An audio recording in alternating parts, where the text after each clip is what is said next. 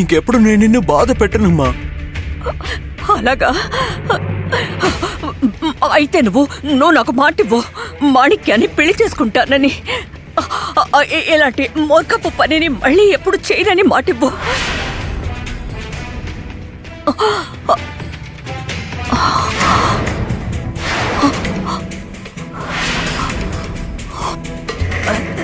సఖు నిజంగా నీతిమంతురాలైతే తన్ని బొట్టు పెట్టి ఇంట్లోకి సాధారణంగా ఆహ్వానించేదాన్ని కదా. కానీ అది అస్సలు మంచిది కాదు. ఎప్పుడు చూసినా తప్పులు చేస్తూనే ఉంటుంది. ఇంత జరిగినా నువ్వెందుకు తన పక్షానే మాట్లాడుతున్నావు? దిగు, ఇప్పుడు నువ్వు చేసిన ఈ పనికి నిజంగా నేను చాలా కుమిలిపోతున్నాను. నువ్వు అంగీకరించవని నాకు తెలుసు దిగు. అందుకే ఇందాక చెప్పిన కాగడతో నన్ను తగలబెట్టమని. నువ్వు మాట వినవురా? ఇక నా వల్ల కాదు. నిన్ను బాధ పెట్టనమ్మా. అయితే నువ్వు నాకు మాట ఇవ్వరా? ఇంకెప్పుడు ఇలాంటి మూర్ఖపు పని చేయనని నాకు మాట ఇవ్వు. పెళ్లి చేసుకుంటానని మాట ఇవ్వు.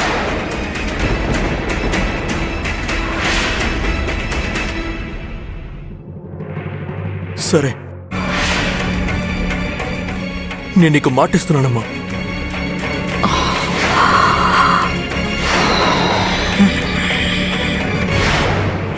సరే గాని సక్కు, ఆయన గారు ఎన్ని గంటలకి లేస్తారు? ప్రతిరోజు ఆయన వడ్డీ వసూలు చేయడానికి వెళ్తారవునా? మరి 4 చోట్లకి తిరిగితే ఆయన కాళ్ళు నొప్పి పుడతాయి కదా. పెళ్ళయ్యాక నేను ఆయన కంటే ముందు లేస్తాను. రాత్రి ఆయన పడుకున్న తర్వాత పడుకుంటాను. ప్రతిరోజు నేనాయన కాళ్ళు ఊతుతాను సక్కు. నువ్వు నాకు చాలా గొప్ప ఉపకారం చేశావు. ఈరోజు నిజంగా నీ వల్ల ఎలా కాళ్ళు ఒత్తాలో నేర్చుకున్నాను.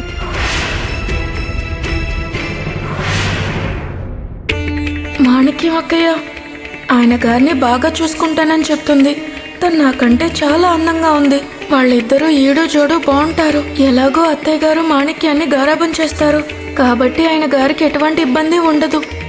పాండురంగా, అందుకే నువ్వు వీళ్ళిద్దరికీ పెళ్లి చేస్తున్నావు కదా. ఆయన గారు సుఖశాంతులతో ఉంటారంటే నాకు సమ్మతమే. ఈ పెళ్లి జరిపించు. ఇదిగో సకు, ఏమిటేదో తీవ్రంగా ఆలోచిస్తున్నావు? లేదు, ఏం లేదు. నువ్వు మా ఇద్దరి గురించి ఆలోచిస్తున్నావు అవునా? నిజం చెప్పు. ఇప్పుడే చెప్తున్నా, ఆయన గారి మీద ఒట్టు. అయ్యో మాణిక్యం అక్క, ఒట్టు వేయటం ఎందుకు? అయితే చెప్పు. మాణిక్యం అక్క, నేను మీ ఇద్దరి మధ్యలోకి ఎప్పుడు రాను. కానీ నువ్వు నాకు మాట ఇవ్వాలి. నువ్వు ఆయన గారిని బాగా చూసుకుంటావు కదా.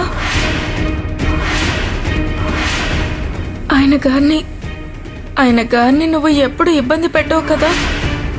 ఆయన చాలా ప్రేమగా ఉంటారు. ఆయనది ఎంతో మంచి మనసు.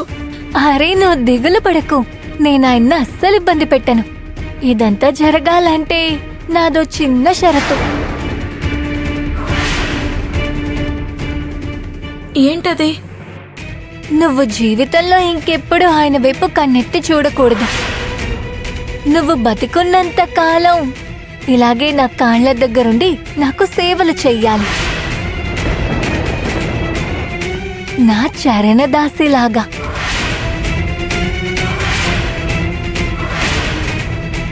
ఆయన గారి సుఖశాంతుల కోసం నువ్వు ఏమాత్రం చేయలేవా సక్కు?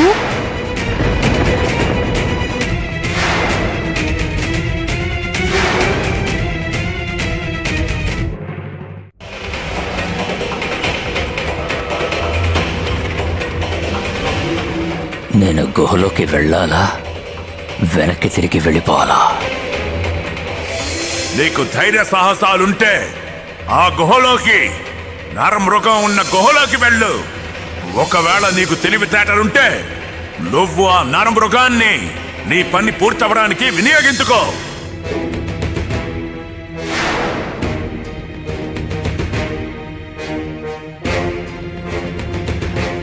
గుహలోకి వెళ్లాల్సిందే.